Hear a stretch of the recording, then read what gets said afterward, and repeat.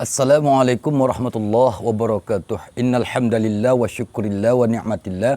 Rabbi shrah li sadri wa yassir li amri wahlul 'uqdatam min lisani yafqahu qawli. Amma ba'du. Allahumma zidna ilman nafi'an wajadahu bastatan fil ilmi wal jismi wa rabbi adkhilni mudkhala sidiqin wa akhrizni mukhraja sidiqin waj'alni min ladunka sultanan nasyiran. Ya arhamar rahimin irhamna ya dzal jalali wal ikram. Ya Allah, lapangkanlah hidup kami, peliharalah kami ya Allah dalam peliharaan yang terbaik. Mudahkanlah sekalian urusan kami ya Allah.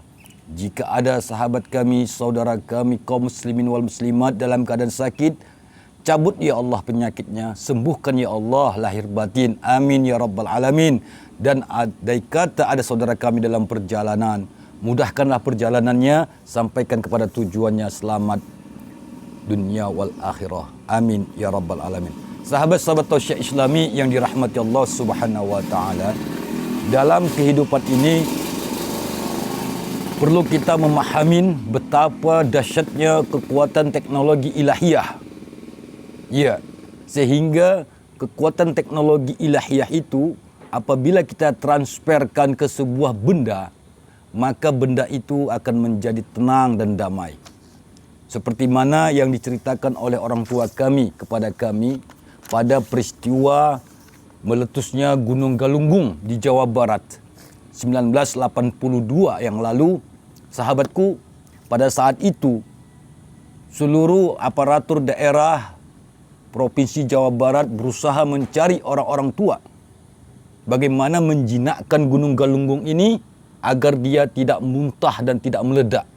Sahabatku, inilah kisah yang disampaikan orang tua kami dari gurunya, yang insya Allah akan kita amalkan bersama-sama, yaitu dahsyatnya teknologi ilahiyah apabila dibacakan ayat Allah Subhanahu wa taala Al-Qur'anul Karim, maka gunung yang sedang marah bisa menjadi adem ayem.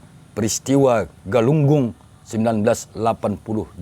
Sahabat-sahabatku, dikisahkan, diceritakan orang tua kami pada tahun 1982 yang lalu, ya, seorang utusan dari Jawa Barat, yaitu mendatangi guru spiritual tentunya, kemudian meminta air tawajuh namanya.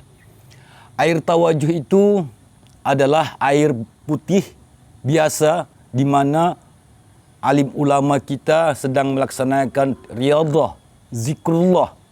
Kemudian mereka haus dan air itu ada di depan sejadahnya.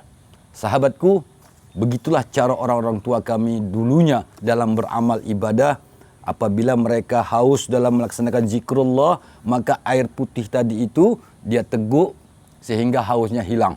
Sahabatku, inilah dahsyatnya ayat Al-Quran.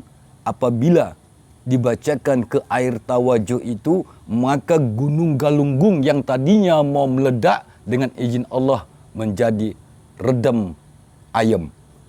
Ayat yang dibacakan orang tua kami pada saat itu adalah Al-Hasyr, surat Al-Hasyr ayat 21. A'udzubillahi minasyaitonirrajim. Lau anzalna hadzal Qur'an ala jabalil la ra'aitahu khashi'an mutasaddian min khasyatillah wa tilkal amsalu nadribuha linnasi la'allahum yatafakkarun. Sahabatku, apabila kita membacakan surat Al-Hasyr ayat 21 ini dengan metodologi yang diajarkan oleh guru-guru yang telah sahih dalam pelaksanaan ibadahnya, maka air tawajuh itu apabila disiramkan ke atas punden gunung yang mau meledak, maka dengan izin Allah gunung itu tidak jadi meledak. Inilah peristiwa Gunung Galunggung 1982. Sahabatku yang dirahmati Allah, amalkanlah surat Al-Hasyr ayat 21 yang mana kedahsyatannya. Lau anzalna hadzal Qur'an, apabila diletakkan Al-Quran ke atas gunung, maka gunung itu akan meleleh ketakutan. Khasyi'an mutasaddian min khasyatillah. Sahabatku yang dirahmati Allah, ayo buktikan kedahsyatan Al-Quran yang kita baca, kita redam kemarahan alam Indonesia dan yang ada di sekitarnya, bahkan seluruh belahan dunia ini bisa damai bersama Al-Quran. Lau anzalna hadzal Qur'an ala zabalil. Apabila Al-Quran dibacakan, maka gunung itu khasyi'an mutasaddi'an min khasyatillah. Dia redam takut kepada Allah Subhanahu wa ta'ala. Peristiwa 1982 ini sebagai momen dunia, karena pada saat itu pesawat terbang tidak boleh masuk ke Indonesia karena asap Gunung Galunggung itu mempengaruhi pilot-pilot pesawat terbang. Sahabatku, walaupun prediksi-prediksi ke depan yang menyatakan hampir merata seluruh gunung yang ada di Indonesia akan meledak, itu bukan suatu ancaman, tapi suatu motivasi jiwa keimanan bagi seorang mukmin, khususnya Indonesia, apabila benar-benar Al-Quran itu dibacakan di atas gunung, gunung itu akan menjadi diam dan tenang.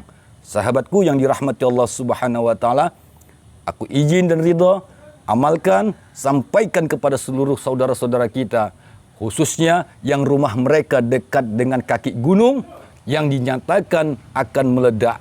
Amalkan Al-Hasyr ayat 21, perbanyaklah membaca Al-Hasyr ayat 21, insya Allah.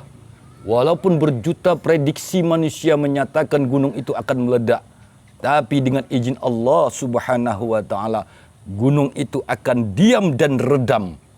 Khasyi'an mutasaddi'an min khasyatillah.